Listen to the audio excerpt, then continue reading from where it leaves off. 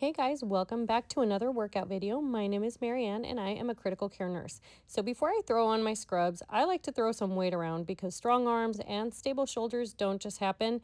Nurse life may be chaotic, but this part of the day is all mine, so let's get right into it. Starting off with some seated bicep curls. I prefer to do these seated, though you can do them standing. Make sure you keep your elbows glued to your side. This is not a chicken dance, and you want to focus on controlling the weight on the way down too. You don't just want to yeet the weight around like it owes you money.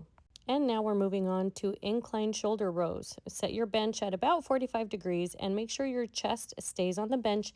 You don't want to be arching your back. If you're feeling these in your traps, you're rowing all wrong. You want to aim for the rear delt. So pull with your elbows, not your hands. Slow and steady.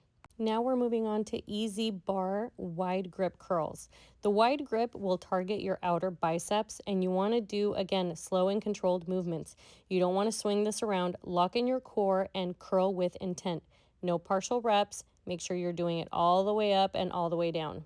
Next, we're doing hammer curls. You want to keep a neutral grip. This one will build thickness, not just peak. And for the love of gains, please, no shrugging. You want your shoulders relaxed, and you want to just make sure you're engaging those biceps when you're doing this movement. And next, we're doing one of my favorite shoulder exercises, the Arnold press. This exercise is designed to engage all heads of the deltoid muscle, the anterior, lateral, and posterior, and it's achieved through the unique rotational movement that you incorporate into the exercise. So that's what distinguishes it from the traditional shoulder press. You want to start with palms facing in, and you rotate out as you press, controlling the eccentric. Don't just drop the weight. Next, we're doing seated face pulls. Lead with your elbows, not your hands. Think of driving your elbows straight back and slightly out as you pull. This is going to keep the tension on your rear delts and traps instead of letting your biceps take over. You want to make sure to keep your torso tall and core braced and finish with an external rotation. And we're finishing off with rear delt flies.